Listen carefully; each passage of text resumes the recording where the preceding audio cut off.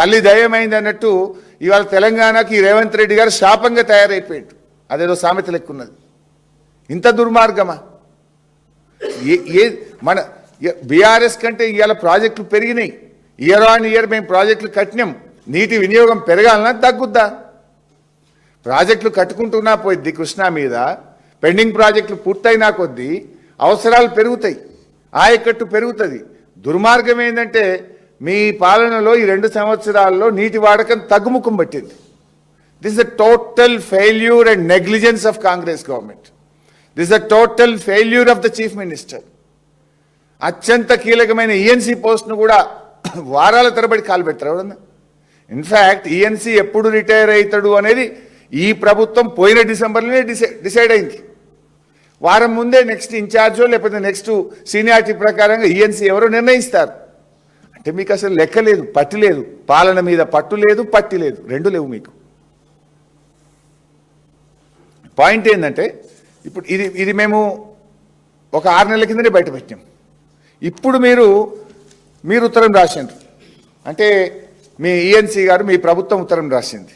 కేఆర్ఎంబీకి లేఖ రాసి బీఆర్ఎస్ చెప్పింది నిజం అని ఇప్పుడు కదా మీరు ఒప్పుకున్నారు. ఆ రోజు మమ్మల్ని తిట్టిర్రు మేము బయట పెడితే. అతి తక్కువ నీళ్లు వాడుతున్నారు, మీరు ఫెయిల్ అవుతుండ్రు అంటే మా మీద రాజకీయంగా బురద జల్లిండ్రు, ఏదో తిట్టిండ్రు. మేము ఈ రాష్ట్రం కోసం, ఈ రాష్ట్ర హక్కుల కోసం ఎన్ని తిట్లు పడడానికైనా సిద్ధం. తిట్లు తిన్నా మిమ్మల్ని ఇడిచిపెట్టాం. మాకు ఈ రాష్ట్ర హక్కులు కాపాడాలి. మమ్మల్ని తిట్టిండ్రు. ఇవాళ మేము చెప్పిందే నిజమని మీరే ఉత్తరం రాసిండ్రు కదా కేఆర్ఎంబీకి.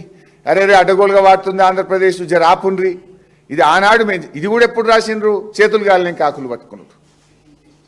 అంటే మేము ప్రశ్నించిన నాడే నిద్రలేచి ఉంటే, మేము ఆ రోజు అడిగిన నాడే మీరు మేల్కొని ఉంటే ఈ పరిస్థితి రాష్ట్రానికి వచ్చినా?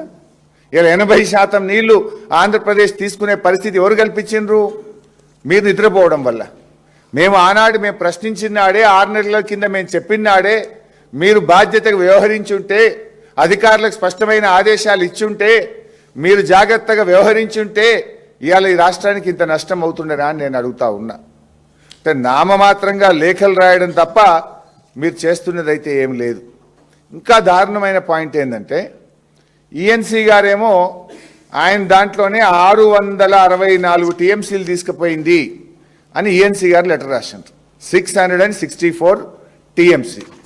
ఇది యాజ్ ఆన్ ఈ 664 టీఎంసీలు 29 జనవరి 2026 అని రాసింది. అదే ఈఎన్సీ గారేమో 664 అన్నాడు. కేఆర్ఎంబీ ఆంధ్రప్రదేశ్కి ఉత్తరం రాసింది.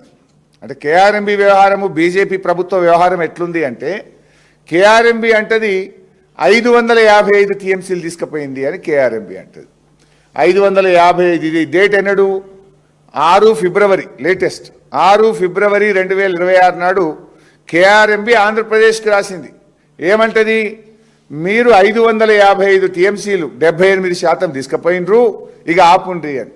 అంటే 100 టీఎంసీలు తక్కువ చేసినారు. తీసుకుపోయింది 664, కానీ కేఆర్ఎంబీ ఏమంటుంది?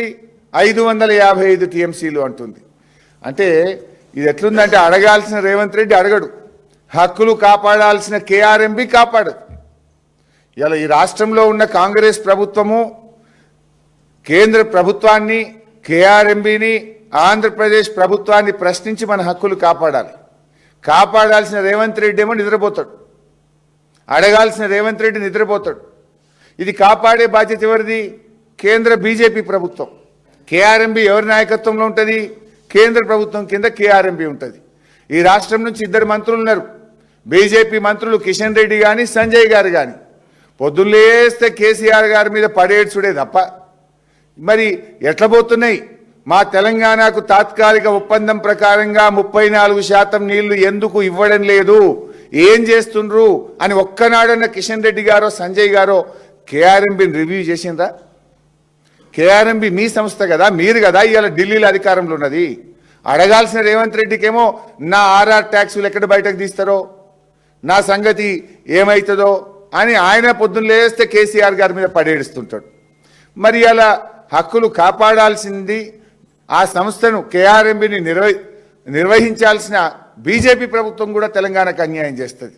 అంటే కాంగ్రెస్ బీజేపీలు ఇద్దరూ కలిసి తెలంగాణ నీళ్లను ఆంధ్రాకు దోచిపెడుతున్నారు.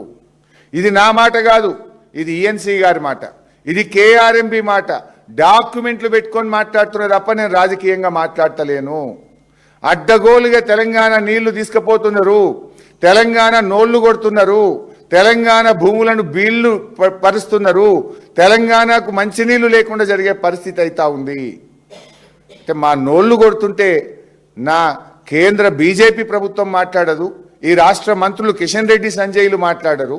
మరి ఈ రాష్ట్రంలో అధికారంలో ఉన్న కాంగ్రెస్ ప్రభుత్వము రేవంత్ రెడ్డి గారు, నీళ్ల మంత్రి ఉత్తమ్ కుమార్ రెడ్డి పెదవులు మూసుకుంటున్నారు. ఇది ఏంది? మీ ఇద్దరి మధ్య ఉన్న బంధం ఏంది?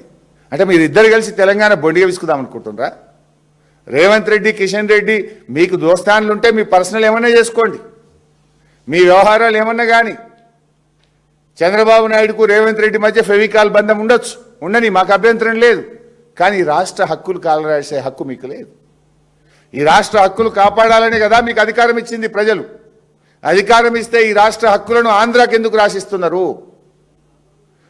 రేవంత్ రెడ్డి రాసిస్తాడు, బీజేపీ ప్రభుత్వం కళ్ళు మూసుకొని చూస్తూ ఉంటుంది. ఈ రెండు ప్రభుత్వాలు కాంగ్రెస్ బీజేపీలు కలిసి ఇవాళ తెలంగాణ హక్కులు కాలరాస్తున్నారు. తెలంగాణ నోటికాడ బుక్కను ఎత్తగొడుతున్నారు. తెలంగాణ నీళ్లు ఆంధ్రాకు దారాదత్తం చేస్తున్నారు. మేము దీన్ని చాలా తీవ్రంగా ఖండిస్తూ ఉన్నాం.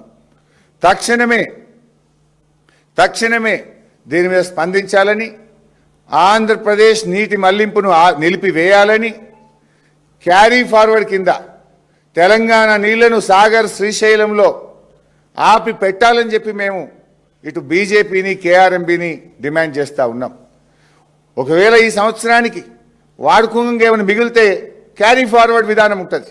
సాగర్లో, శ్రీశైలంలో ఆపెట్టుకుంటే వచ్చే వానకాలం పంటలకు, నారుమల్లకు ముందుగానే నీళ్ళు ఇచ్చుకునే అవకాశం ఉంటుంది. దురదృష్టవశాత్తు వచ్చే సంవత్సరం కరువు వచ్చినా మన నీళ్లు మనకు అక్కడ ఉంటే మంచినీళ్లకు హైదరాబాద్కు, దక్షిణ తెలంగాణకు ఇబ్బంది లేకుండా ఉంటుంది. మీరు ఎట్లా వదిలిపెడుతున్నారు?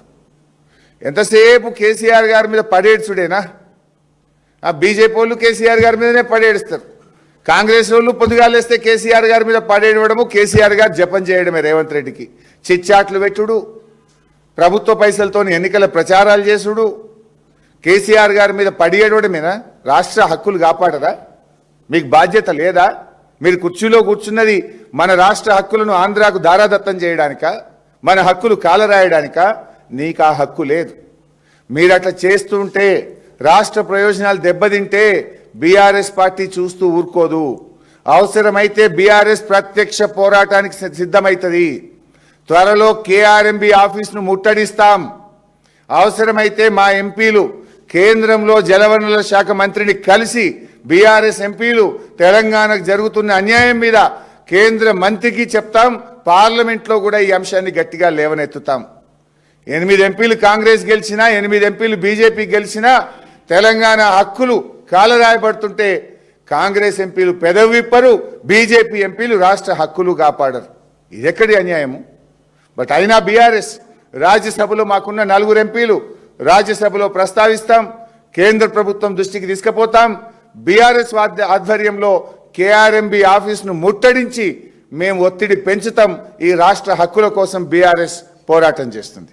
Thank you.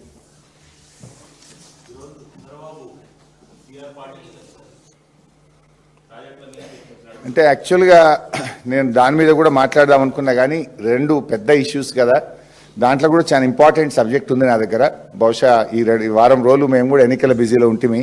రేపు ఎల్లుండి ఈ గోదావరి, పెన్నా బేసిన్ మీద ఇవన్నీ విషయాలు కూడా కొన్ని ఇంపార్టెంట్ ఇష్యూస్ ఉన్నాయి. దాని మీద నేను మళ్ళీ 1-2 రోజుల్లో మాట్లాడతా. ఇంకా చాలా ఉన్నాయి. టెలిమెట్రీ కూడా ఉంది. ఇన్ఫ్యాక్ట్ టెలిమెట్రీ విషయంలో కూడా ఇవాళ బీఆర్ఎస్ ప్రభుత్వం ఉన్నప్పుడు మేము 19 చోట్ల టెలిమెట్రీ పెట్టించినాం. 19 చోట్ల బీఆర్ఎస్ ప్రభుత్వం కృష్ణానది పరివాహక ప్రాంతంలో 19 చోట్ల టెలిమెట్రీ పెట్టాం. పెట్టడమే కాకుండా మరో 9 చోట్ల కూడా టెలిమెట్రీలు పెట్టాలి. ఆంధ్రప్రదేశ్ చేస్తున్న జలదోపిడిని ఆపాలని చెప్పి అవి ఎక్కడెక్కడ పెట్టాలి.